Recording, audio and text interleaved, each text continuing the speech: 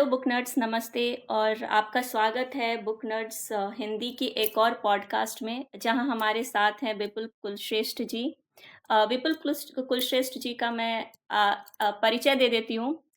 ये इंजीनियरिंग पृष्ठभूमि से हैं। इन्होंने ये एयर इंडिया से जनरल मैनेजर के पद से सेवानिवृत्त है, लेकिन लेखन में इनकी रुचि काफ़ी शुरुआत से रही है और ये हिंदी और अंग्रेजी दोनों ही भाषाओं में लिखते हैं। इनकी अंग्रेजी की एक लघु कथाओं का संग्रह मिस्ड कनेक्शंस प्रकाशित हुई, जो जिसे पाठकों ने बहुत सराहा।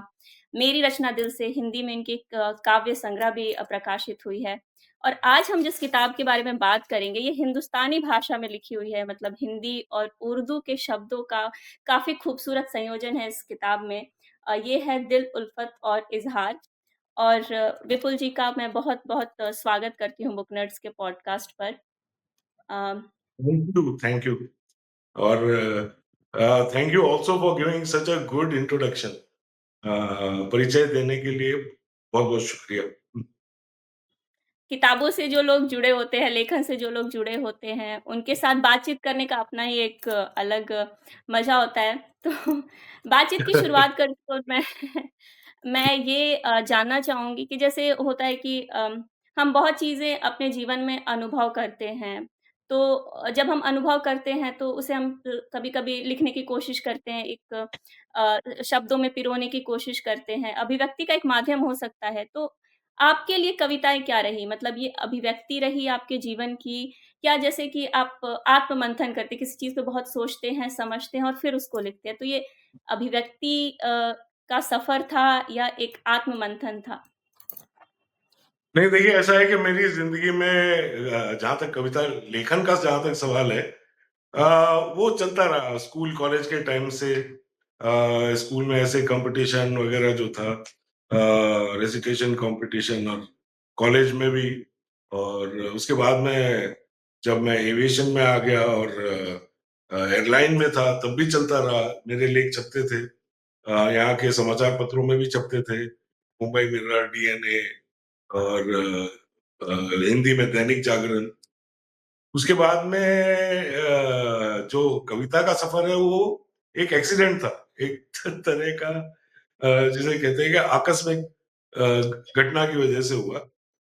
कभी पहले सोचा नहीं था कि मैं कविता लिखूंगा। दरअसल इसका श्रेय जाता है मेरी बेटी को।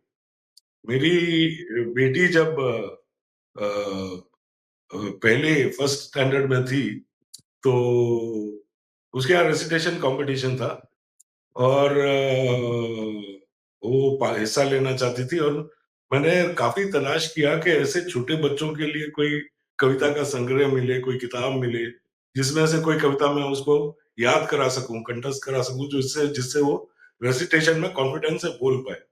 पर मैंने देखा कि अधिकतर कविताएं जो थी वो या तो गाड़ी भाषा में होती थी, या या या एक फर्स्ट स्टैंडर्ड की बच्ची जिसको आसानी से कह पाए, ऐसी कविताएं उपलब्ध ही नहीं थी। या तो बाकी जगह होती होगी, बम्बई में तो कम से कम मैंने देखा, काफी जगह तलाशा, लेकिन इस तरह की मुझे कोई किताब नहीं मिली। तो फिर मैंने कहा कि चलो ठीक है यार, बच्ची के लिए ही तो लिखना है, तो मैं ही कुछ लिख देता हूँ। तो उस टाइम पे मैंने एक छोटी सी कविता बना के वो उसके लिए लिखी। चिड़िया रानी खाती दाना पीती पानी, पंख फैलाए चोंच लड़ाए मधुर गीत हमें सुनाए, कभी उड़े मंदिर पे बैठे कभी उड़े मस्जिद पे बैठे, इसके लिए है एक समान धरती के सारे इंसान, पावन प्रेम की कहे कहानी चिड़िया रानी। और उसको ये कविता मैंने उसको याद कराई। उसने बड़े कॉन्फिडेंस के साथ में बोला और उसे प्राइज मिल गया इसमें। और पता नहीं, इससे मेरी भी हौसला अफजाई हो गई कि हाँ, मैंने कुछ लिखा जिसे लोगों ने सराहा। तो एक तरीके का रिचुअल बन गया। हर साल मैं बेटी के लिए कुछ ना कुछ कविता लिखता था। उसके बाद में जब तीसरी चौथी में आई तो उनकी टीचर्स ने रिक्वेस्ट करना शुरू कर दिया कि अभी हमारी एग्जीबिशन हो रही है पानी के ऊपर, कंजर्वेशन के ऊपर, तो आप उसके लिए कुछ कविता लिख के दीजिए। किसी ने कहा कि एग्जीबिशन है बगल के कॉलेज में, वो लोग चाहते हैं कि इस तरीके के वेलकम के लिए कुछ कविता हो तो आप कुछ कविता लिख के दीजिए। तो ऐसे ही खुलेआम मैं कविताएं लिख लिख के जो भी मानता था उसको दे देता था। फिर दोस्तों ने फोन कर करके बोलना शुरू किया कि बेटी के स्कूल में कंपटीशन है या बेटे के स्कूल में कंपटीशन है और ये दिया है उन्होंने टॉपिक, तो क्या तुम कोई कविता लिख के दे सकते हो? तो उन लोगों को लिख के देना शुरू कर दिया। फाइनली जब बेटी करीब 9th में पहुंची, तब तक मेरी कविता भी परिपक्व होने लगी, यानी उसके उम्र के साथ साथ मेरी मेरी मेरी कविता का स्तर भी जरा बढ़ता चला गया। तो उस वक्त के हालात के, हमेशा के हालात को देखते हुए एक कविता मैंने लिखी कि एक बेल की दो लताएं क्यों एक दूजे को सताएं, एक ही रूप है एक ही रंग है फिर भी एक दूसरे से तंग है, एक पहनावा एक ही बोली खेलते रहे खून की होली, किसने बीच घृणा के बोए अलग अलग कांटों पे सोए, मौत का तांडव खूब रचाया चारों ओर हाहाकार मचाया, जाने उजड़ी कितनी मांगे कितनी माओ ने अपना लाल गंवाया, कौन है वो व्यापारी कौन सा है वो बाजार, होता रहता जहां पर हरदम लाशों का व्यापार, इतना भी खून मत बहाओ कि दुल्हने सुर्ख जोड़ा पहनना छोड़ दें, इतनी भी आग मत लगाओ कि लोग चरागों से नाता तोड़ दें, अभी भी वक्त है सब कुछ भुलाकर प्यार तो कर ही सकते हैं, भाई बने तो बहुत मुनासिब यार तो बन ही सकते हैं, जब दिल से दिल हाथ से हाथ चाह से चाह मिलेगी, जब दिल से दिल हाथ से हाथ चाह से चाह मिलेगी, अमन चैन की जाने कितनी भूली राहें खुलेंगी, अमन चैन की जाने कितनी भूली राहें। तो ये कविता मैंने लिखी और इसमें भी उसे प्राइज मिला। उसने अपने दोस्त को दी, उसने भी उसमें उसको भी प्राइज मिला। फिर जहां जहां मैंने भेजी डरते हुए, वहां वहां वो छप गई। एयरलाइन में कंपटीशन में, काव्य कंपटीशन में मैंने यही कविता लिख मारी, उसको फिर प्राइज, मुझे फिर प्राइज मिल गया। तब जाके एक रियलाइजेशन हुआ कि मैं, मेरा लिटरेरी बैकग्राउंड नहीं है, कोई साहित्यिक पृष्ठभूमि मेरी नहीं है, लेकिन जो लोगों ने ये पढ़ी है और जिन लोगों ने प्राइज दिया है, कितने लोगों में उनकी तो है, वो तो समझते हैं, उन्हें तो समझ है, तो जरूर मेरी कलम में कुछ ताकत होगी, जरूर मेरी कलम जो मैं लिख रहा हूँ उसकी कोई यानी किसी तो मापदंड पे खरी उतर रही होगी। एंड बस उसके बाद सिलसिला शुरू हो गया, फिर तो काफी कविताएं लिखी तो ये और ये एक मतलब बहुत वहीं से ऑर्गेनिक आते। जर्नी, जी अगर जी। मैं कहूँ तो। मतलब मैं कहूँ तो ये बहुत ऑर्गेनिक था सब कुछ, मतलब आपके लिए, मतलब आपने सोचा नहीं कि आप कभी कविताएँ लिखेंगे और हाँ, ये इतना बेहतर जी सफर जी, शुरू हो गया। बिल्कुल बिल्कुल, हादसा जो कहते हैं ना, एक हादसा था। खूबसूरत हादसा। या खूबसूरत हादसा। और तो उससे भी जी, खूबसूरत बात यह है कि मेरी सारी तमाम कविताओं में से ये कविता आज तक मेरी बेटी को कंठस्थ याद है और वो जगह जगह हाँ, सुनाती भी रहती है। नहीं कविता सच में काफ़ी अच्छी थी। तो ये जो जैसे आपने शुरुआत में मतलब आपने कोई ऐसे जॉनर डिसाइड नहीं किया था कि आप प्रेम पे लिखेंगे, आप वीरस की कविताएँ लिखेंगे, दुःख की कविताएँ लिखेंगे। तो ये प्रेम कविताएँ जैसे कि मैं इस किताब की बात करूँ तो इसमें प्रेम के हर रूप का आपने वर्णन किया है। तो प्रेम कविताओं का सफ़र कैसे शुरू हुआ? जिसमें क्योंकि मैं देखती हूँ हर कविता है इसमें हर एक पहलू है, मतलब याद है, बिछड़ना है या फिर उसकी खूबसूरती, जो प्रेमिका है उसकी खूबसूरती के बारे में लिखा गया है। तो ये सफ़र कैसे शुरू हुआ प्रेम कविताओं का? देखिए, लव एज ए जानर मुझे हमेशा से फैसिनेट करता रहा है। तो मेरी जो पहली किताब थी लघु कथाओं की, अंग्रेजी में, मिस्ड जी। कनेक्शंस, वो भी 8 प्रेम कथाएं थी, यानी जो सेंट्रल थीम था हर एक का मोहब्बत था, प्यार था, इश्क था। हुँ। और एज पढ़ने लिखने में, साहित्य में जो मैं पढ़ता हूँ, जिस चीजों में मुझे रुचि है, उसमें जो एज अ विषय मुझे एक हमेशा से प्रेम में फैसिनेशन रहा, एक तरीके से एक रुझान रहा मुझे उन चीजों के, उनके लिए। और दूसरी बात, जहां तक आपने कहा कि भाई ये सफर कैसे शुरू हुआ, और ये कैसे आपने लिखना शुरू किया? तो देखिए, जो आप कोई भी कवि हो, कोई भी लेखक हो, अ, जब तक आप महसूस नहीं करते, तब तक आप लिख नहीं सकते। तो अ उसे भी एक खूबसूरत हादसा कहा जा सकता है, जो ये हुआ। अब इससे आगे मैं कुछ कहूँ उससे पहले आपको एक वाकया सुनाता हूँ कि मेरी पिछली जो किताब थी, कविता संग्रह जो था, उसका नाम था मेरी रचना दिल से। तो मेरी रचना दिल से, तो उसकी बुक लॉन्च पार्टी थी, बहुत दोस्तों को औरों को बुलाया था। तो जब काफ़ी जो कविता के बारे में बातचीत होनी थी, वो सब हो गई और हम लोग खाने खाने की तैयारी कर रहे थे, तो एक साहब जो है वो आए हमारे पास और बोले कि आपकी जो किताब है, इसका शीर्षक है मेरी रचना दिल से। बोले ये बताओ यार, ये रचना कौन है?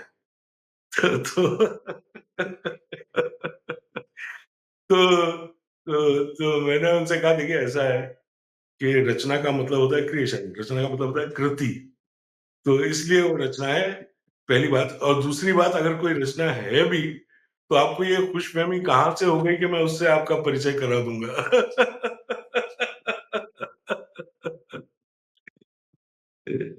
तो उसके बाद उनका क्या रिस्पॉन्स था इस पर? नहीं, उसके बाद कुछ रिस्पॉन्स के लिए जगह बची नहीं। और उसके बाद में मैंने कहा कि ये सवाल पूछा जाएगा जैसे आप भी पूछ रही हैं। हर हर इंटरव्यू में ये अक्सर पूछा जाता है कि भई आपकी इंस्पिरेशन कौन है?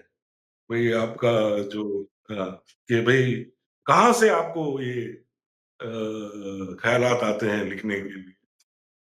तो उसके लिए 4 लाइनें मैंने बनाई हैं, जो मैं हर जगह जो है चिपका देता हूँ। वो 4 लाइनें इस तरह से हैं कि मेरी बातों में मेरी बातों में मेरे दिलबर का बयान ढूँढते हैं। मेरी बातों में मेरे दिलबर का बयान ढूँढते हैं। हुँ? इंसान को छोड़ इंसान का दिल और जान ढूँढते हैं। इंसान को छोड़ इंसान का दिल और जान ढूँढते हैं। तीर जिगर के पार हुआ, खूने दिल से किताबों के पन्ने रंग गए। तीर जिगर के पार हुआ और खूने जिगर से किताबों के पन्ने रंग गए और लोग बेदर्द तीर चलाने वाली कमान ढूंढते हैं। अरे वाह सर! लोग बहुत बेदर्द बेहतरीन, बहुत सुंदर। लोग बेदर्द तीर चलाने वाली कमान ढूंढते हैं। बहुत सुंदर। और अगर मैं आगे बढ़ूँ जैसे-जैसे मैंने ये किताब पढ़ा तो मैंने देखा कि जैसे आपने बहुत सुंदर-सुंदर रूपकों का प्रयोग किया है, प्रकृति से जुड़ी हुई हैं जैसे कुछ मैंने मार्क करके रखा है। जैसे आपकी जो दूसरी कविता है पेज नंबर 10 पर, बाहर मचलता हुआ सावन है, भीतर यादों में बसा तेरा यौवन है, बरसाती हवाएँ हौले से सहला रही हैं, दिल में मीठी-सी अगन जगा रही है। फिर उसी में आपने लिखा है सावन के बारे में लिखा है कि एक सावन वो भी था जब फुहारों में हाथ थामे चले थे, रुमानी फसाने भी उस मंज़र से कहाँ भले थे। फिर पेज 22 पे मैं देखती हूँ, तो पेज 22 पे आपने फूल और काँटों का ज़िक्र किया है कि तेरे साथ बहुत से फूल बिखरते हैं, पर कुछ काँटे भी, तेरे बगैर बहुत से आँसू होते हैं, पर कुछ छाले भी। और फिर पेज 40, ये कुछ ऐसे रूपक जो मुझे बहुत खूबसूरत लगे कि तेरे पास होने और दूर होने से मौसम बदल जाता है। तू साथ हो तो बहार, दूर हो तो पतझड़ आ जाता है। तो ये इतने सुंदर जो सामंजस्य बिठाया आपने प्रकृति को लेकर उसके रूपकों का प्रयोग करके, तो ये कैसे? आप प्रकृति अभी प्रेमी हैं क्या है सर? कि मुझे प्रकृति से बहुत प्यार है। यानी चाहे हरियाली हो, पहाड़ हो, पेड़ हो, अ मैं अक्सर बम्बई में बहुत ज़्यादा देर रहता हूँ, तो क्लॉस्ट्रोफोबिक हो जाता हूँ। मेरा जी घबराने पर लगता है। मैं जैसे बेचैन हो जाता है कि कहीं छोटी जगह पे जाके कुछ समय मैं बिता के आऊँ। मेरे ख्याल में इसका जो रीज़न है, इसका जो कारण है वो ये है कि मेरे पिताजी जो थे वो सिविल इंजीनियर थे। तो रेलवे के रेलवे में थे और रेलवे के प्रोजेक्ट्स जो थे वो देखा करते थे, कंस्ट्रक्शन प्रोजेक्ट्स करते थे और उनका तबादला होता रहता था। यानी इतना एक प्रोजेक्ट खत्म हुआ दूसरी जगह, दूसरा प्रोजेक्ट खत्म हुआ तीसरी जगह। तो हम छोटी-छोटी जगहों पे बहुत रहे। यानी कंस्ट्रक्शन प्रोजेक्ट कोई शहर के आसपास तो होता नहीं है। गाँवों में ही होता है, छोटी छोटी जगहों में ही होता है। तो मैंने वो ज़िंदगी बहुत देखी, महसूस की और उसका कहीं न कहीं मेरे जो है दिमाग पे, मेरे ज़हन में उसका काफ़ी उसकी छाप है। और यानी आप इसी बात से समझ लीजिए कि मैंने जो है मेरी एजुकेशन जो है करीब 12 इंस्टीट्यूशंस में पढ़कर खत्म की। यानी कई बार ऐसा होता था कि एक क्लास मैंने 2 अलग-अलग जगहों पे पढ़ी कि आधा आधा 4th यहाँ, बाकी का 4th कहीं और जाके मैं खत्म कर रहा हूँ। तो हर तरफ, हर बार, हर जगह प्रकृति के बहुत नज़दीक रहा और मुझे ख़ास तौर पे शौक था कि मैं कई बार छुट्टियों में पिताजी के साथ उनकी साइट पे चला जाता था और पैदल बहुत चलना होता है सिविल इंजीनियर्स को। खास तौर पे जब एक चीज़ कहलाती है सर्वे, जब वो सर्वे करते हैं, तो मीलों-मीलों अपने टीम के साथ वो दूरबीन-वूरबीन, थियोडोलाइट वगैरह लेके चलते हैं, वहाँ जाके लेवल लेते हैं लगा के। आपने देखा भी होगा आजकल नहीं दिखाई देते, पहले वो हैट लगा के मोटा-सा और उसमें से देखते थे। मुझे बहुत फ़ैसिनेट करता था, जब तक ये सब चल रहा होता था मैं उनके साथ-साथ चलता था तो कहीं पहाड़ियाँ, कहीं झरने, कहीं कभी-कभी एकदम जंगल के बीच में एक गुफ़ा दिख जाती थी, गुफ़ा में जाके देखो तो छोटा-सा कब का कहाँ किसने मंदिर बनाया हुआ होता था, कहीं शिवलिंग, कहीं कुछ और नदियाँ, उसके बाद में पिताजी ने रेलवे छोड़ के प्राइवेट कंस्ट्रक्शन कंपनी जॉइन की, वो इरिगेशन में थे।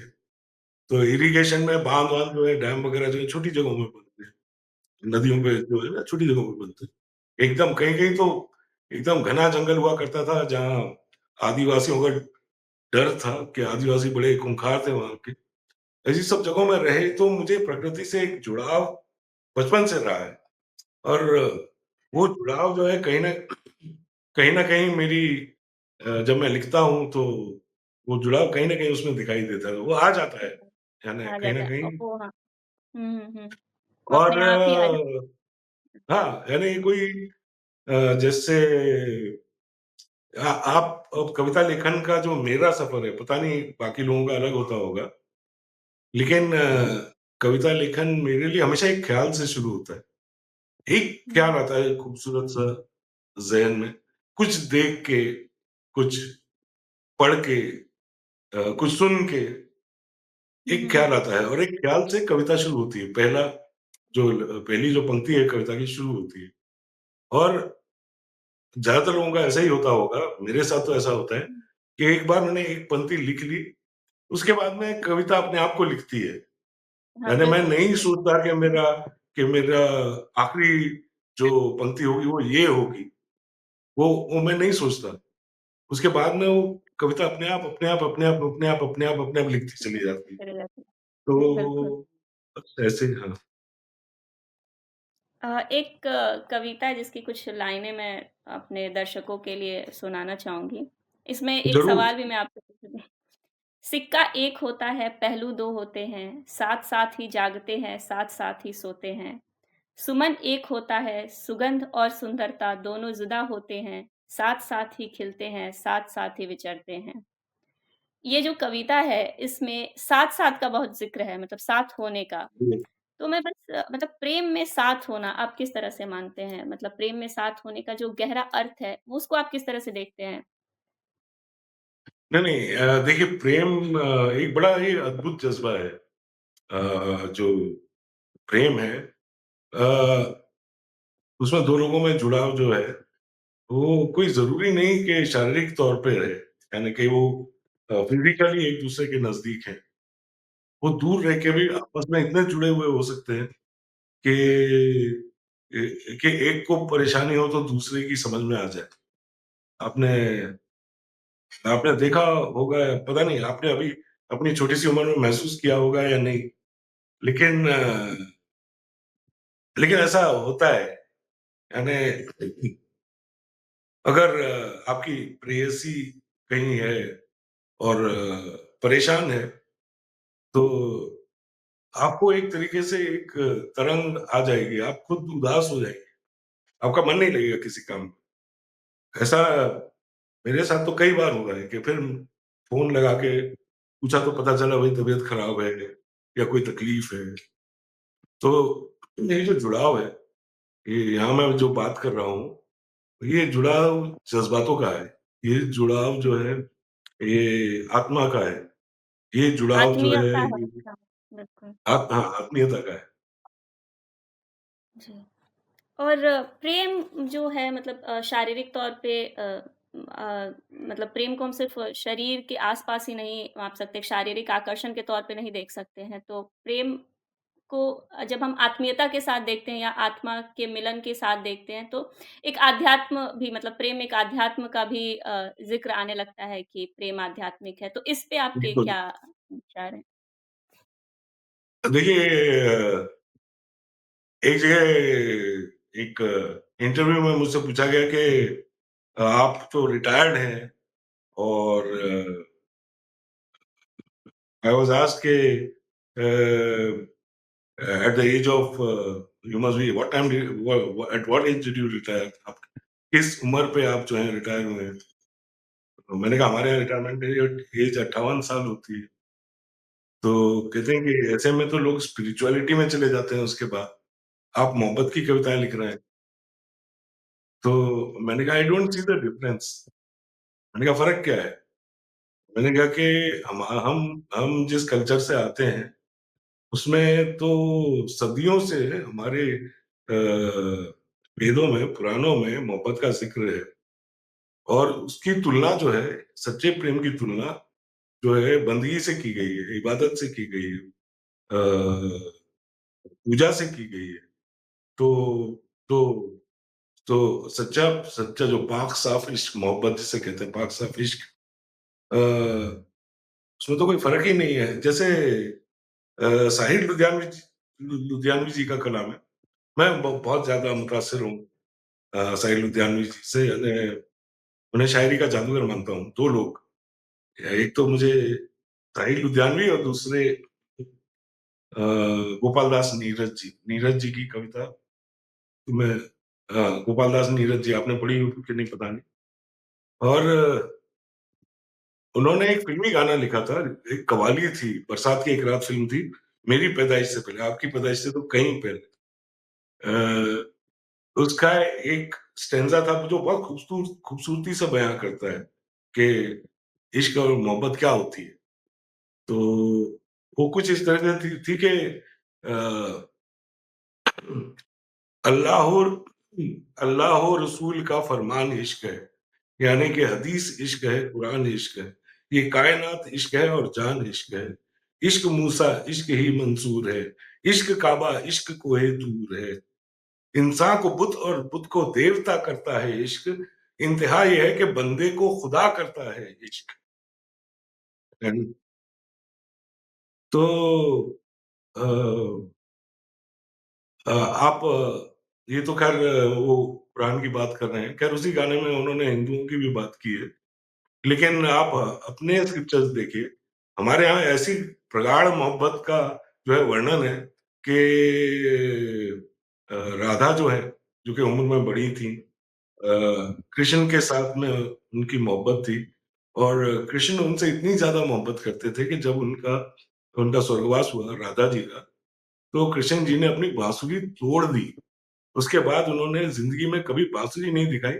उसके बाद के जितने भी जगह वर्णन है कृष्ण के, उसमें कहीं उन्हें बाँसुरी बजाते हुए या बाँसुरी के बारे में कोई वर्णन नहीं। तो इतना इतनी मोहब्बत।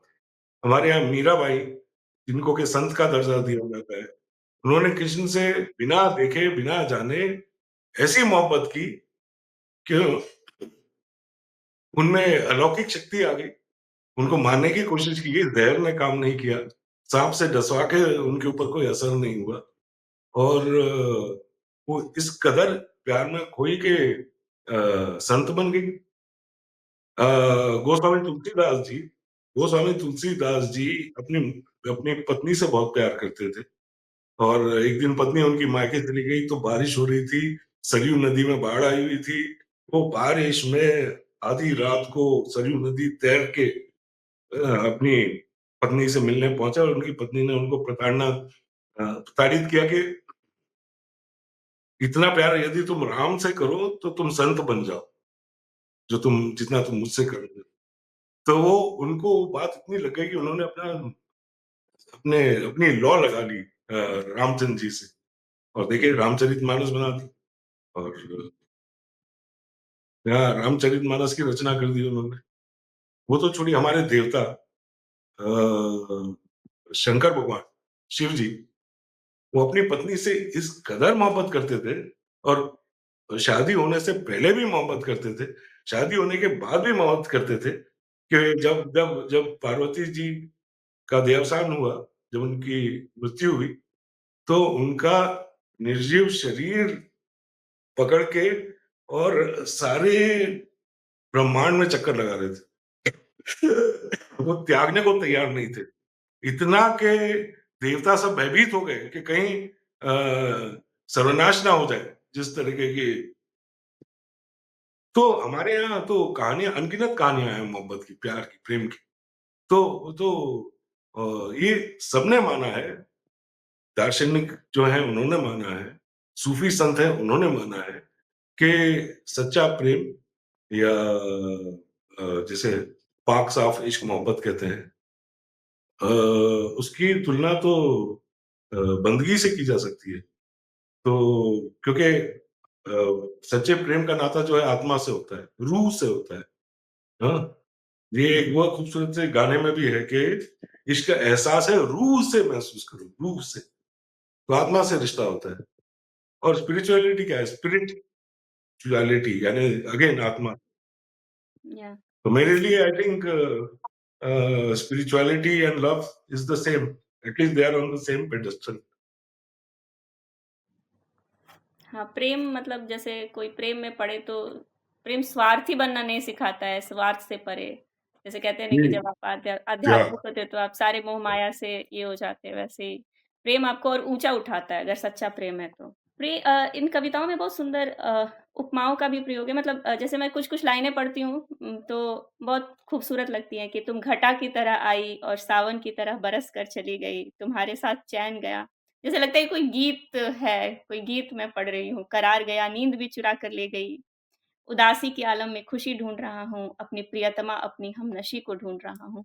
तो इतनी सुंदर उपमाओं का आपने प्रयोग किया है। मैं तो थोड़ा-सा लेखन शैली पे मैं बात करूँ और भाषा आपने अ, हिंदी और उर्दू का जो है, हिंदी-उर्दू के शब्दों का संयोजन रखा है, मतलब उसका मिश्रण रखा है हिंदुस्तानी भाषा में कहूँ। तो ये मतलब इस बारे में आपका कैसे विचार है कि ये लेखन शैली में लिखूँगा? और ये उपमाएँ हों, मतलब इस कविताओं को बहुत खूबसूरती से सजाऊँगा उपमाओं के द्वारा। थोड़ा-सा इस काव्य संग्रह के लेखन शैली पे बात करते हैं। ये देखिए, लेखन शैली जो है मेरी, अ, जो भी किताबों में उतरी है, ये कोई कॉन्शियस एफर्ट नहीं है। देखिए, मेरा, जैसा मैंने कहा कि मेरा कोई लिटरेरी बैकग्राउंड जिसे कहते हैं, साहित्यिक पृष्ठभूमि नहीं है। तो मैं लेखन के बारे में या कविता लिखने के बारे में वही जानता हूँ जो कि मैंने अच्छी शायरी से, अच्छे गीतों से सीखा है, जिससे जिसने मुझे छुआ है। और जिसने मुझे छुआ है, जो जिन चीजों ने, जिन तरह की रचनाओं ने मुझे छुआ है, जिन गीतों ने मुझे छुआ है, वो खालिस उर्दू या खालिस हिंदी की रचनाएं नहीं थी। वो ऐसे ऐसे कवियों की रचनाएं थी, ऐसे गीतकारों की रचनाएं थी, जिन्होंने बोलचाल की भाषा, और बोलचाल की भाषा जो है उसमें हिंदी और उर्दू दोनों के लफ्ज आते हैं। तो वो जो भाषा है, एक आप जहाँ के रहने वाले होते हो, जो आपकी हुँ, हुँ, हुँ। बोलचाल की भाषा रही है घर में, उसका जो है ना कुछ प्रभाव आपके लेखन पड़ता पर है। भी पड़ता है। मैं हुँ। अलीगढ़ का रहने वाला हूँ। आपने सुना होगा ये अलीगढ़ मुस्लिम यूनिवर्सिटी हाँ, है। अलीगढ़ हाँ, हाँ, हाँ, हाँ, बिल्कुल। तो तो वहाँ अलीगढ़ का रहने वाला होने की वजह से हमारे माता-पिता अ, हम उनसे जो हमें विरासत में भाषा मिली, बोलचाल की जो भाषा मिली, उसमें नॉर्मली जो है वो ना तो जो ब्रज भाषा है वो थी, जो वहाँ की भाषा है उस पूरे एरिया की। ना वो खालिस हिंदी थी जिसमें खाली शुद्ध हिंदी के शब्द इस्तेमाल होते हैं, ना वो खालिस उर्दू थी कि जिसमें खाली उर्दू के शब्द इस्तेमाल होते हैं। वो एक तरीके का मिक्सचर थी, यानी और मेरे हिसाब से ज़्यादातर हिंदुस्तान में लोग जो है इसी तरीके की भाषा बोलते हैं, इसी तरीके की भाषा समझते हैं। क्योंकि कोई जैसे आप कोई भी बात करें, किसी से भी करें तो आप खालिस हिंदी में नहीं कहते। आप बहुत कम किसी से कहते हैं कि महोदय आइए, विराजिए, हुँ? इस तरह की भाषा आप नहीं इस्तेमाल करते। हाँ, या आप ये भी नहीं भाषा इस्तेमाल करते कि हुज़ूर आइए, तशरीफ़ रखिए, किस कदर आपका खैर मकदम करूँ, ये भी नहीं आप कहते। जो आप कहते हैं जो आप कहते हैं वो एक मिक्स होता है। और यही भाषा ने हमेशा मुझे इम्प्रेस किया है, मुतासिर किया है। इसी तरह की भाषा की का का जो लिखावट है, लेखों में या पुस्तकों में या शेरो-शायरी में, कविता में, अ, उसी से मैं प्रभावित हुआ हूँ क्योंकि शायद मेरे लिए वो समझना आसान था। अभी जैसे लोग कहते हैं कि भई जो साधारण लोग हैं, वो शेरो-शायरी जो है नहीं समझते, या अगर गाढ़ी भाषा हो या उर्दू के लफ्ज़ हो, तो लोगों की समझ में नहीं आता।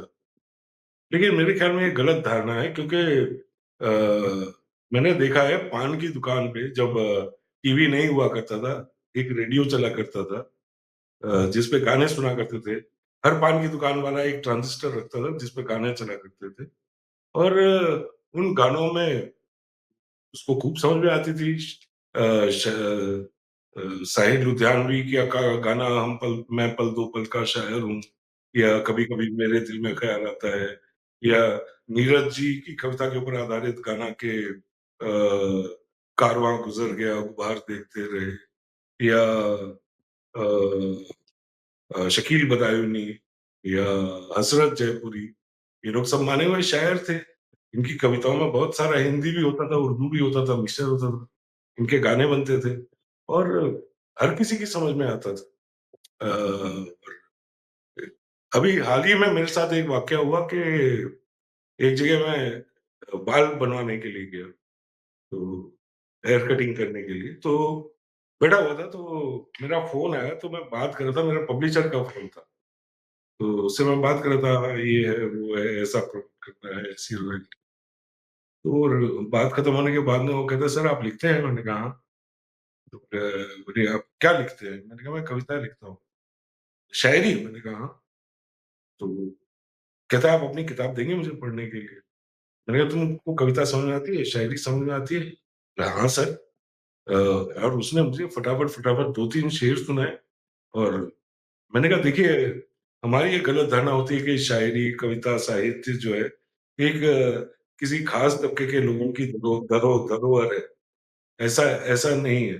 यानी जिनको अच्छी लगती है वो हर तबके के लोगों को अच्छी लगती है। और मैं वाक़ई अगली बार जब गया तो उसके लिए कविता की अपनी किताब जो है साइन करके लेके गया, और उसको मैंने दी, और वो इतना खुश हुआ कि उसने अपने बाकी सब साथ के जो थे लड़के-लड़कियाँ सबको बुलाया, मेरे साथ फ़ोटो खिंचाया, बोले देखो सामने मुझे अपनी अपनी जो है कविता की किताब दी है।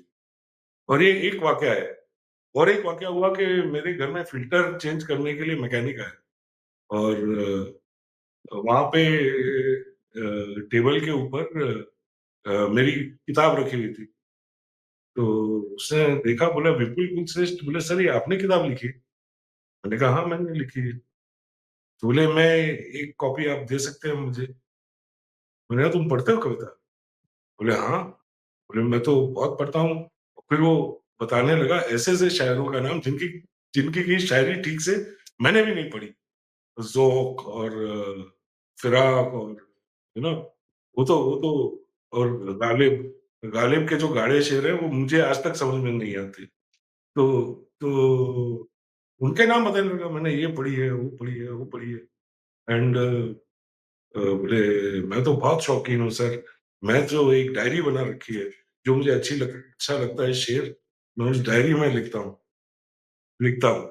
और मैं हैरान कि देखो हम सोचते हैं कि ये मैकेनिक है ये फ़िल्टर चेंज करके जाएगा। इसको इसको क्या फ़र्क पड़ता है? क्या मालूम होगा कि लेखन क्या है, शायरी क्या है, कविता क्या है? लेकिन रुचि होती है तो होती है। उसके लिए कोई क्लास या डिस्टिंक्शन नहीं है। तो मेरी भी कविता जो मैं लिखता हूँ, जी। तो मैं ये सोच के नहीं लिखता कि मैं इसमें ये शब्द घुसेड़ दूँ उर्दू का हुँ, या हुँ, यहाँ हुँ। पे ये हिंदी का शब्द घुसेड़ दूँ। मेरे दिमाग में जो ख़्यालात आते हैं, वो इसी ज़बान में आते हैं और जिस ज़बान में आते हैं, उसी ज़बान पे मैं उतार देता हूँ, कविता में डाल देता हूँ। हाँ, हुँ, कहीं-कहीं सोचता ज़रूर हूँ कि इस जगह के लिए ये शब्द ज़्यादा सही रहेगा या कोई और शब्द ज़्यादा सही रहेगा। बस इससे ज़्यादा तो जो होता है जिसको अंग्रेज़ी में कहते हैं इम्प्रॉम्प्टू हाँ, होता हाँ। है। जैसे कहते हैं हिंदी में आशु कवि, जो जैसे मन में आया वैसे आपने शब्द में लिख दिया। हाँ, बस वैसे भी। बिल्कुल। क्योंकि अब समय भी हो चला है, तो मैं बस जाते-जाते आपसे ये जानना चाहूँगी कि आपके पास अगर अभी सामने किताब है, तो क्या आप अपना सबसे पसंदीदा कविता हमारे दर्शकों को सुनाना चाहेंगे कोई, कुछ लाइन? ज़रूर, ज़रूर, ज़रूर।